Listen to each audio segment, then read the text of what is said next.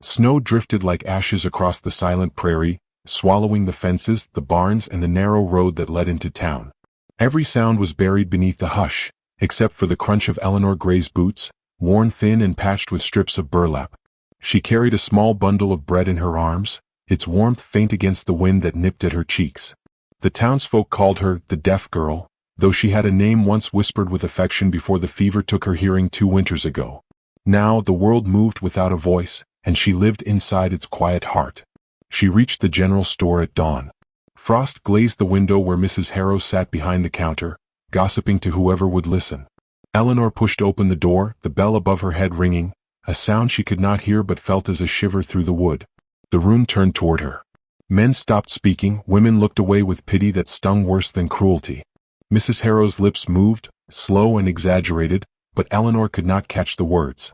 She only saw the curl of disdain and the shake of a head that said not worth the trouble. She set her bread on the counter, mouthing the practiced words, "Trade. Oh, please." Her voice was a faint echo of what it used to be, fragile as frost on glass. Mrs. Harrow frowned, waved her away, and muttered something that made the others chuckle. Eleanor didn't need to hear it to know. It was the same laughter that followed her down the street most days. She gathered her bread, her hands trembling not from cold but humiliation, and left without looking back. Outside the wind had risen. The white sky pressed low over the horizon, and snow fell thicker now, blotting out the world. Her cabin was 2 miles away, a crooked shape at the edge of the prairie where the grass met the forest. She walked slowly, her breath turning to silver clouds. Each step was a memory, her father's voice teaching her to read lips, her fiancé's hand in hers before he left, his eyes soft with pity when he said, "A woman who can't hear her man can't keep one." That sentence had ended her world. She reached the cabin by dusk, the door frozen shut. Inside, everything creaked like old bones. She knelt by the hearth and coaxed a flame from what little would remain. The silence in the cabin was different. It wasn't cruel, just deep. She sat beside the fire, fingers hovering near the flame, and watched shadows move along the walls. The candle's flicker became her heartbeat. She could feel the storm building outside, the roof sighing under snow. When night came, she wrote in her father's old ledger, a habit to quiet her mind. "I'm still here. The world is loud even when I cannot hear it." She pressed her hand to the page, leaving a smudge of ash where her skin met the ink. The fire dimmed, and she lay on her cot, pulling her shawl tight. The loneliness was vast, yet it felt familiar, like a house she'd lived in too long to hate. By morning the snow had deepened. She stepped outside to fetch water, the pail clanging softly against the well post, a vibration she felt in her bones. The horizon was pale gold where the sun fought through clouds. That was when she saw him, a rider approaching slowly from the south, a tall figure on a bay horse. The animal's breath plumed white, its hooves muffled by snow. She stiffened, unsure whether to flee or wait. The rider dismounted. His coat was dark with frost, his hat dusted white. He carried himself like a man accustomed to silence, too, a man who did not waste words. He nodded once, removing his glove before tipping his hat. His mouth moved and she caught fragments. "Ma'am, storm ahead, best not stay alone." Eleanor shook her head, gesturing to the cabin.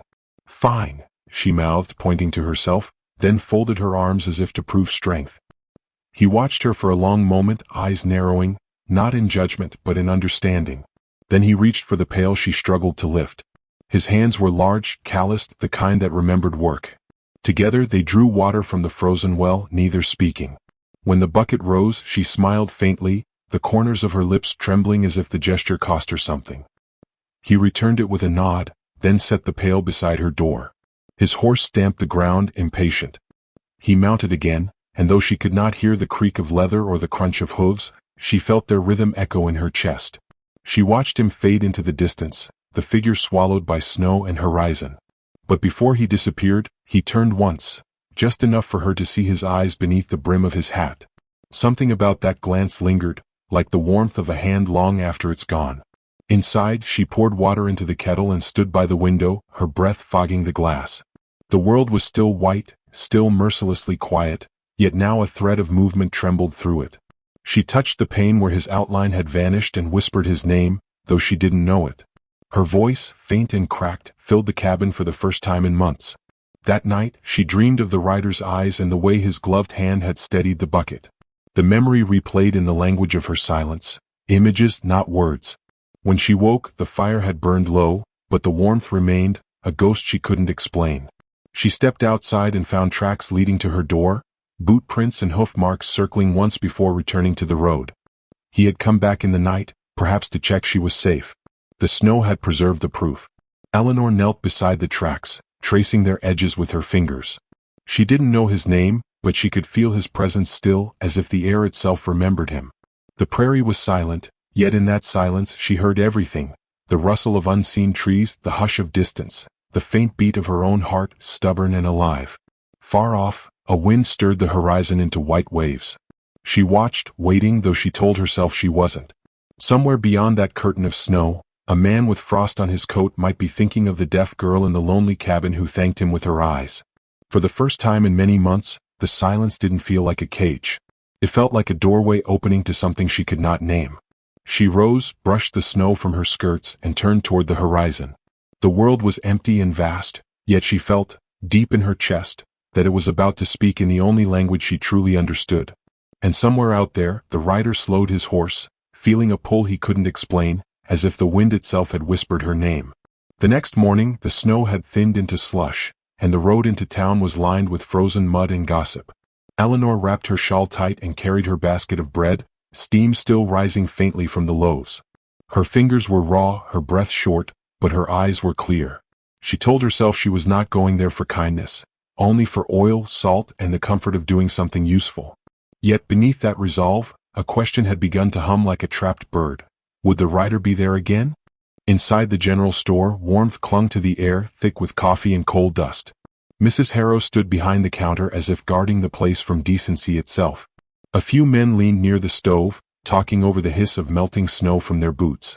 When Eleanor stepped through the doorway, every conversation faltered. She felt it before she saw it: the stillness, the eyes, the shape of mockery gathering in the room's corners. She set her basket on the counter, lifted one loaf, and mouthed the same quiet words as before: "Trade. Oh, please." Her voice was hardly more than a breath. Mrs. Harrow crossed her arms. "Bread's gone tough, girl," her lips said, exaggerated and cruel. "Can't trade what nobody wants." She turned to the others, her mouth still moving, and though Eleanor could not hear the laughter, she saw the tilt of their heads, the crooked smiles. Her stomach tightened. She tried again, fumbling for coins, but Mrs. Harrow waved her hand dismissively. Then a shadow fell across the room. A man's voice spoke, a deep tone she couldn't hear, but the stillness that followed told her it carried weight. The laughter stopped. When she turned, she saw him, the rider from the storm. His coat was dusted with snow, his hat low over his eyes, his jaw set in quiet authority. Callum Ferguson. The townsfolk whispered his name like it belonged to another century. He stepped forward, placed a silver dollar on the counter, and pointed to the basket. "Fair trade." His lips formed. Mrs. Harrow blinked, unsure, but she took the coin. Callum lifted one loaf and tore a piece with his hands, tasting it. Then he nodded once, slow and deliberate, as though he'd just settled a matter of law. The room exhaled, uneasy. Eleanor's cheeks burned. She didn't know whether to thank him or flee. He looked at her then, not pity, not curiosity, but something steady. He gestured to her shawl, then to the door, as if telling her to keep warm. She lowered her eyes and gathered her things, her throat tightening. Outside the air was knife cold. He followed her to the hitching post, where his horse waited, stamping. For a long moment, neither moved. Then he reached into his coat and pulled out a small tin, lantern oil wrapped in paper. He placed it gently in her basket. She shook her head, mouthing, "No." He only tipped his hat and turned away, the gesture final but kind. When he was gone, she stood still, fingers pressed to the oil tin as if it were a heartbeat. Around her, the town's windows glittered with frost and judgment. A boy passing by threw a snowball that shattered at her feet, laughing as he ran. She didn't hear him, but she felt the sting anyway. That night, she burned the new oil and baked again. This time not to trade, but because the smell of bread softened the silence. The snow fell heavier, but she didn't mind. Through the small window, she could see the faint line of lanterns along the distant ridge, where the Ferguson ranch lay. She wondered what kind of man rode through storms to help a woman everyone else ignored. Days passed. She saw him once more, at the well outside town. He was loading sacks of grain when she arrived, struggling to lift her bucket from the ice. Without a word, he took the handle, drew the water, and filled her pail. She signed a clumsy thank you with her fingers, unsure if he'd understand. his brow furrowed, and then, hesitantly, he copied the motion. She smiled, a small flicker that startled them both. From that day, small things began to appear. Firewood stacked by her porch, a horseshoe mended, footprints circling her cabin after each snow. The prairie carried his silence as if it were its own language. He never knocked, never spoke, just left traces of presence. She baked extra loaves and left one by the gate each time he came. It was their secret conversation, kindness traded without sound. But kindness in a town like theirs was a dangerous rumor. By the third week, whispers followed her. "Ferguson's gone soft for the deaf girl. She's tempting him." The words slid through doorways, across pews, into Mrs. Harrow's mouth. When Eleanor walked to church that Sunday, heads turned. She didn't need to hear them to feel the poison. She sat alone in the last pew, her hands folded so tightly they ached. After the service, Callum waited by the door, speaking to the sheriff. When he saw her, he tipped his hat again, the same quiet respect. But behind him, she saw Mrs. Harrow's mouth twist into something sharp. The woman's words carved the air between them. "She'll shame you, Ferguson. You don't fix what's broken, you bury it." Eleanor saw the phrase on her lips, clear as thunder. Her breath caught. The crowd waited for his reply. He turned slowly, eyes narrowing, and spoke in a calm that felt heavier than shouting. She couldn't hear him, but she saw his mouth shape the words with deliberate weight. "Then maybe decency's not what a man needs." The churchyard stilled. Even the wind seemed to listen. Later, when the sun fell, Eleanor sat by her window, replaying that moment in her mind. She hadn't heard the sound, but she felt it, the rhythm of something brave, the tremor of a man's defiance breaking through the winter's hush. She wanted to thank him, but she didn't know how. The next day, she left a loaf of bread on the fence post near the road, wrapped in a strip of her shawl.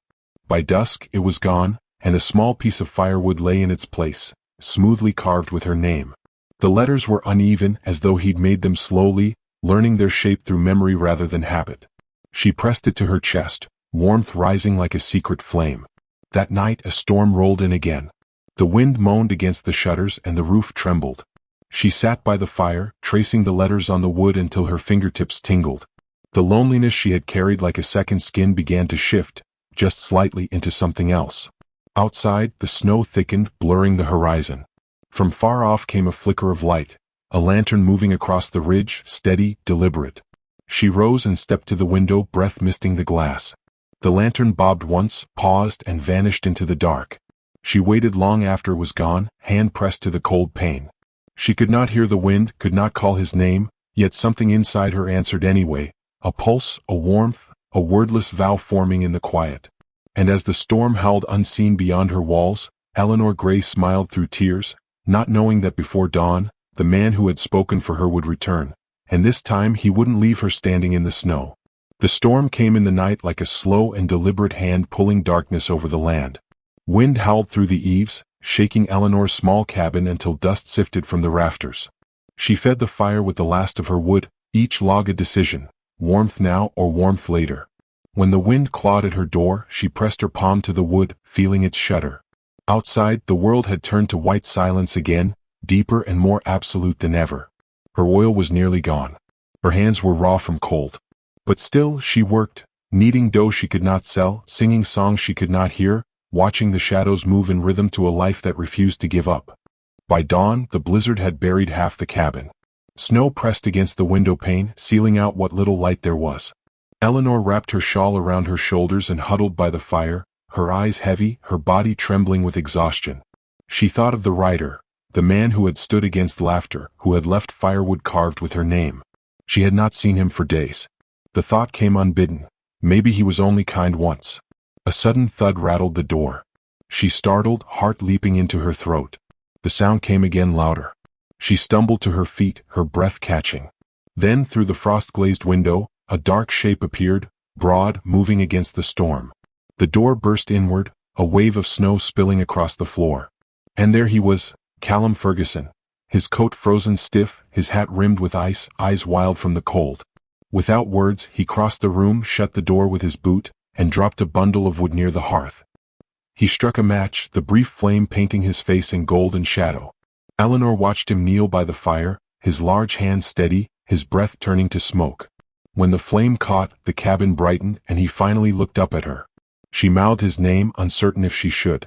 His lips curved slightly, just enough to say, "You're safe now." He set about mending the window with strips of canvas and nailed planks against the door. When he turned, she handed him a cup of thin broth. He hesitated, then accepted it, nodding thanks. The silence between them was not awkward, it was alive, full of things neither knew how to speak. He stayed that night, sleeping in the chair by the door while she rested by the fire. The storm roared outside, but inside time slowed. When she woke in the morning, he was already up, melting snow for water, his sleeves rolled, his breath steady. He looked at home in her world of quiet, as though the silence suited him too. The days became a pattern, small mercies repeating like prayers. He chopped wood while she mended clothes. He repaired the roof while she baked.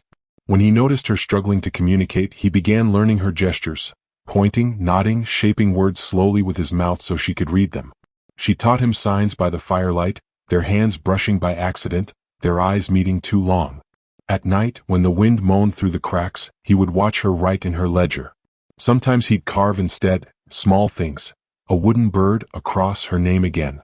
One evening, he slid a piece of carved wood across the table. It read strong. She touched the letters, her throat tightening. Her eyes met his, and he looked away, embarrassed by his own tenderness. Outside, the gossip continued. Riders passed through town whispering of Ferguson's deaf girl, of sin behind shuttered windows. But Callum did not care. He rode to her cabin every few days with supplies, never explaining to anyone why. The sheriff once stopped him, asking what business kept him out that way. Callum's reply was short, mercy. Eleanor never knew what was said about her.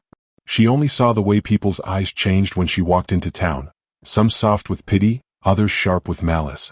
But she also saw how Callum began to walk beside her, unhurried, as though their pace belonged to a world apart.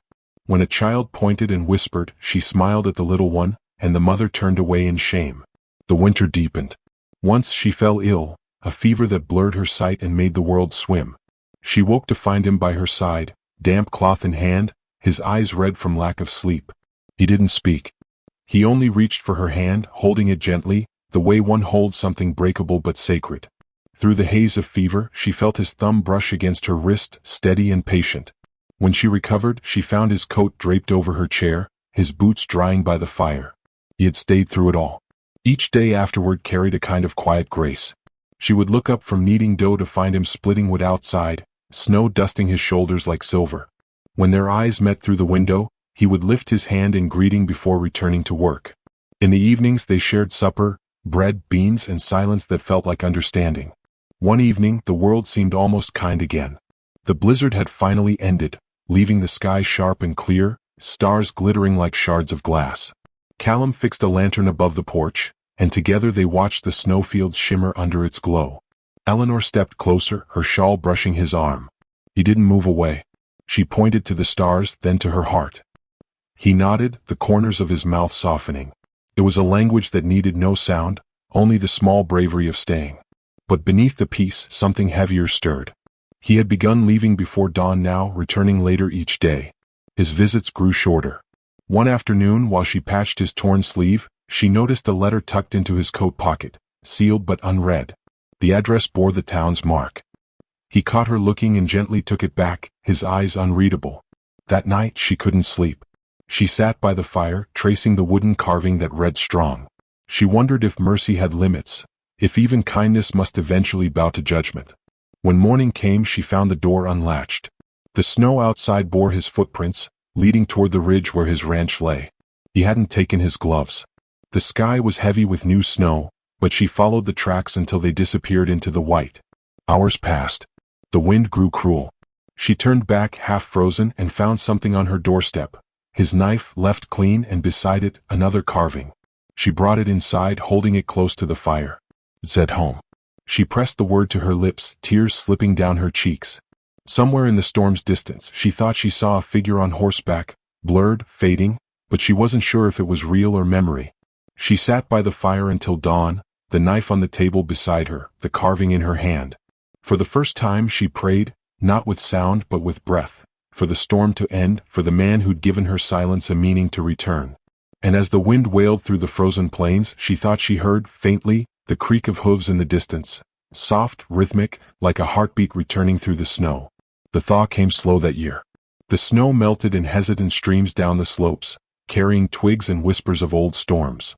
The fields emerged again, muddy, wounded, alive. Birds returned in cautious songs Eleanor couldn't hear but felt in the rhythm of branches trembling above her cabin. It was the first morning she dared to open her door without fear of the cold swallowing her whole. Callum had been gone for 2 weeks. Each dawn she half expected to see him at the fence, half feared she never would. His last carving still sat by her window. Home. She'd placed it beside the ledger where she wrote what she could not say aloud, fragments of feeling, memory, prayer. When he finally appeared, it was with dust on his coat and exhaustion in his eyes. The sun was low, the color of old copper. She stood in the doorway, her shawl fluttering against the frame, her breath catching like a startled bird. He dismounted, leaving his horse unsaddled, and looked at her as if deciding whether to speak. Then, with the slow care of a man who'd rehearsed something many times and still doubted his right to say it, he handed her a small sack of flour. She took it, her hands trembling. "She signed you left." He nodded, understanding. "Had to," his lips said. She could read the regret there, the shape of it heavy as the winter behind them. Inside the fire burned low. He sat by it, boots muddy, shoulders bent. She poured water into the kettle, moving with the quiet precision that filled her days. The silence between them grew thicker than snow. He finally broke it by pulling a folded paper from his coat, the letter she had glimpsed before. He laid it on the table. She leaned closer, reading the words. It was from the sheriff. Someone had reported that Callum Ferguson was keeping a woman in isolation, under unclear circumstances, questioning her ability to consent. The phrasing was polite poison. Eleanor stared at it until the words blurred. Shame prickled her skin like frostbite. Callum spoke, slow, firm, his lips shaping each word with deliberate care so she could read him. "They think I trapped you here. Think you don't understand what you're doing." She reached for her ledger and wrote, "They don't understand silence." He read it, his jaw tightening. "They never will." For a long while neither moved. The kettle whined faintly. Outside, the wind tugged at the last patches of snow, scattering them like feathers. Then he said something that froze her more completely than the cold ever had. "They want to talk to you, tomorrow. At the church." She looked up sharply. Her eyes widened with something between fear and disbelief. The church, the place of gossip, where Mrs. Harrow's voice held more sway than scripture. She shook her head, signing quickly, "They will mock me." He reached across the table, covering her hand. "Then let them." The next day dawned brittle and bright. The town square shimmered with puddles that reflected the steeple's shadow. People gathered outside the church, drawn by curiosity dressed as concern. Eleanor walked beside Callum, her shawl clean, her hair braided neatly. Every step was a trial, every stare another stone thrown in silence. Children pointed, adults pretended not to look. She kept her gaze fixed on Callum's arm beside hers, the steady rhythm of his stride anchoring her trembling. Inside, the sheriff waited near the altar, hat in hand, surrounded by faces she knew too well. Mrs. Harrow stood to the side, lips pursed in sanctimonious readiness. The preacher, kind but nervous, gestured for them to sit. Callum remained standing. Eleanor did too. The sheriff began slowly, choosing his words like a man walking on glass. "Miss Gray, we've had some concern from townsfolk. They believe you've been misled, perhaps. That you can't properly decide for yourself what's best. You understand?" Eleanor caught half of it. Callum repeated with his hands, spelling slow letters in the air until she nodded faintly. Then she wrote in her ledger, her movements sharp, controlled, "I decide every day whether to live. I chose kindness. That is all." Callum read it aloud. The sheriff shifted uneasily. Murmurs rippled through the pews. Mrs. Harrow stepped forward, clutching her shawl like armor. "Mr. Ferguson," she said, her mouth curling into a moralist smile, "no one doubts your generosity. But folks say she's simple. That she doesn't know what she's agreeing to." Callum's jaw flexed. "She understands more than most," he said, slow and even, his voice carrying the authority of quiet anger. Mrs. Harrow's tone sharpened. "Can she even hear a vow, should one ever be spoken?" The question cut through the air like a blade. Eleanor stiffened. She didn't need sound to feel the cruelty of it. All eyes turned to her. Her throat tightened. Then, before Callum could speak, she stepped forward. Her fingers moved, trembling but precise. "I hear with my heart." Callum translated, his voice low but resonant. "She says she hears with her heart." A hush fell. Even Mrs. Harrow blinked, startled. The preacher, humbled, nodded once and murmured, "Perhaps that's enough for God." But the sheriff still looked uncertain. "There are rules, Ferguson. She can't testify to her own choice if she..." Callum interrupted, his tone steady but fierce. Then you'll testify to mine. I choose her. I don't care if the world hears it or not. The words carried through the church like a wind that stripped away pretense. Eleanor felt the vibration of it through the wooden floor, the tremor of his conviction more real than sound itself. For a moment even the gossips were silent. When they stepped outside, the sun had turned the slush to gold. The crowd had thinned, leaving only a few lingering stares. Callum helped her down the steps.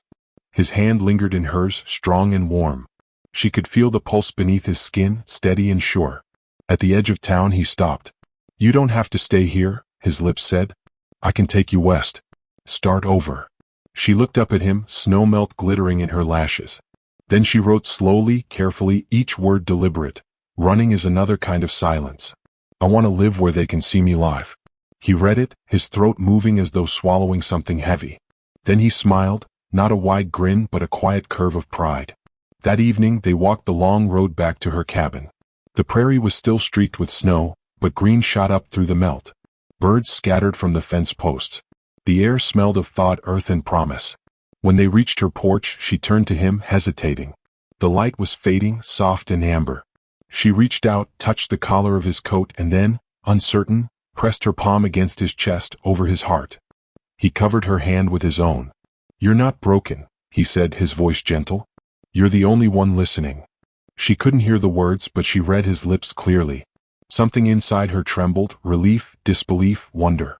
The space between them felt fragile as glass.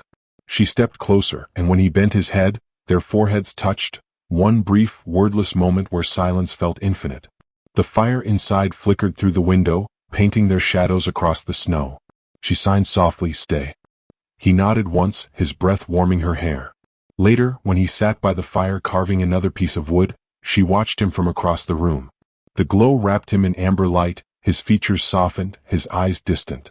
She realized then that he had given up more than comfort for her. His standing, his peace, his place among men who would no longer greet him without whispering afterward. Yet he carved without bitterness, each stroke deliberate, calm. When he finished, he handed it to her. The carving was of two hands, open and touching. Beneath them, a single word, faith. She traced it, her fingers trembling. Outside, the wind rose again, carrying hints of another storm. But inside, the air was warm, the silence full of promise. She looked up at him, her eyes glistening, and for the first time she dared to speak aloud, voice cracked and soft. Callum. He froze, startled by the sound. She said it again, her lips barely shaping the syllables, tears catching in her lashes. He crossed the room in 2 strides and took her hands. The fire flared, casting light across their faces. And outside, in the distance where town lights faded, Mrs. Harrow's gossip was already spreading again. But for once, Eleanor didn't care. She had found her answer to every cruel whisper. For when the world doubted her worth, she had learned to speak without words, and when it questioned her heart, she found someone who could hear it. The wind shifted, carrying a faint chime from the church bell across the valley. She couldn't hear it, but she turned her head toward it instinctively. Callum watched her, understanding the gesture. He smiled faintly, reached for her hand again, and whispered a single promise that only she could truly understand. And though she could not hear the vow, she felt it in the quiet, the steady beat beneath his palm, the language of 2 hearts daring to speak louder than the world ever would. The morning broke soft and silver, the sky painted with thin clouds that caught the light like lace. The church stood quiet at the edge of town, its bell unmoved, heavy with the weight of ceremony. No one had bothered to ring it that day. The snow had melted into shallow puddles along the road, and the air smelled of pine and smoke. Eleanor stood outside the door, her hands trembling around a small bouquet of prairie wildflowers, her shawl white as frost. The wind brushed her hair against her cheek, and she smiled faintly at the sensation. Every vibration in the air was its own kind of music to her. Callum stood beside her, tall, solemn, hat in hand, his coat dusted with the faint gold of dawn. They had come quietly, without notice or invitation. Word had spread, of course, it always did. By the time the preacher arrived, a few townsfolk lingered at a distance, their whispers carried by wind and curiosity. Mrs. Harrow stood among them, wrapped in dark wool, eyes narrow with disbelief. Even she had come, unable to resist watching the spectacle she had helped create. Eleanor looked up at the steeple and then at Callum. He read her question without a word. It doesn't matter if it rings, he mouthed. She nodded, her fingers curling around his arm as they stepped inside. The church smelled of cedar and candle smoke. Dust hung in the beams of light that filtered through stained glass, painting her shawl in soft colors. The preacher greeted them gently, though his hands fidgeted with unease. "You're certain about this?" his lips asked. Callum nodded once. "We've been certain for months," he said. Eleanor read his lips and smiled, faint but sure. As they stood before the altar, the preacher cleared his throat and opened his book, his voice a low hum she couldn't hear. She watched the movements of his mouth, the rhythm of his breath, the flicker of his eyes toward her. He hesitated before asking the vows, as if wondering whether they mattered to a woman who would never hear the words. Callum reached out and took her hands. His palms were warm, calloused, trembling slightly. "You don't need to hear the vows to keep them," he said softly. "You already do." The preacher's words faded into motion, his lips forming blessings Eleanor couldn't catch. The sunlight from the stained glass fell across the pews, setting the dust aglow like floating stars. For a moment, the world was silent in every sense, a perfect stillness that belonged only to them. When the preacher finally paused and nodded, Callum lifted her hand and brushed his lips against her knuckles. She didn't hear the approval in the room, but she felt it. The rustle of dresses, the sigh of the old wood beneath their feet, the collective exhale of a story turning. Outside, the door creaked open. The light was brighter now, spilling warmth onto the snow-damp steps. They stepped into it together. The bell above them remained silent, heavy with its unspoken blessing. But as Callum slipped his arm around her shoulders, she closed her eyes and felt the pulse of the earth, the soft tremor of the world alive around her. It was better than sound. For a brief moment, no one in town dared to speak. Even Mrs. Harrow stood frozen, her face unreadable. Then the murmurs began again, quiet, uneasy, filled with reluctant awe. "She can't hear a thing," someone whispered. "But look at her." Eleanor didn't turn. She didn't need to. Her hand tightened around Callum's.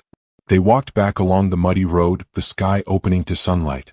Children peeked from porches, their mothers pulling them back gently. At the edge of town, Callum stopped. He looked back once, eyes steady, unashamed.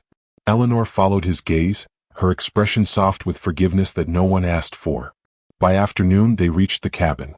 The fields shimmered with water and light, and the wind carried the smell of new grass. Callum lifted her from the wagon before she could protest, his arms steady beneath her. She laughed without sound, her shoulders shaking, and he smiled, the first unguarded smile she had seen from him. He set her down by the porch, where the first green shoots of spring poked through the thawed soil. Inside, the fire burned low, the room filled with familiar quiet. She unpinned her shawl and laid it over the chair, her movements slow and deliberate as if savoring each one. Callum came behind her, setting his hat on the peg. For a while they simply stood there, side by side, the silence wrapping around them like a benediction. Later, as dusk gathered, Eleanor sat by the window, her hands resting on her stomach where life stirred faintly, a secret neither of them had spoken aloud yet. The thought filled her with fragile joy. She looked over her shoulder at Callum, who was mending a bridle by the fire. His eyes lifted, meeting hers. She pointed to her heart, then to him. He nodded, a quiet understanding passing between them, one word shared without voice, always. The wind rose again, gentle but persistent, stirring the chime of a tin cup hanging outside the door. It was not a bell, not really, but in its tremor she felt something sacred. She smiled and leaned back, watching the firelight dance across the walls. The next morning brought sunlight so bright it made the snow sparkle like scattered glass. She woke to the warmth of his arm around her, the faint soundless rhythm of his breath against her hair. Outside, the world had softened. The last remnants of winter were retreating into memory. She rose quietly, stepping onto the porch where the air carried the smell of thawed earth and promise. In the yard, Callum was working with the horses, his movements sure and easy. She watched him a long time, her eyes filled with something both fierce and tender. When he noticed her, he lifted his hand in greeting and she returned it, smiling. That evening, they sat together on the porch as the sun bled gold across the prairie. She took his knife and began carving into a small piece of wood. When she finished, she handed it to him. He turned it over, his thumb tracing the word she'd carved, heard. He looked at her, understanding. Neither spoke. They didn't need to. The silence between them was full of memory, of storms survived, of laughter she could not hear but felt, of kindness that had turned into love. Night came softly. Stars blinked awake in the distance. Somewhere far off, the church bell stirred in the wind, a low creak as though remembering what it was meant to do. She didn't hear it, but she looked toward the horizon and smiled. Callum reached for her hand and she leaned her head against his shoulder. The porch light flickered, the fire inside dwindling to embers.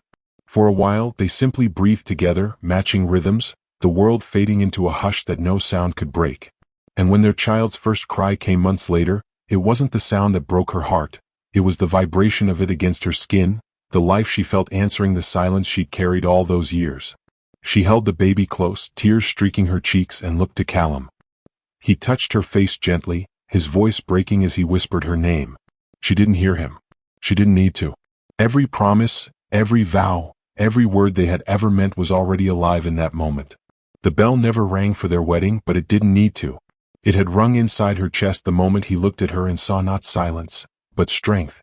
And in that wordless world they built together, even the quiet had a voice, and love, steady, patient, eternal, finally spoke back.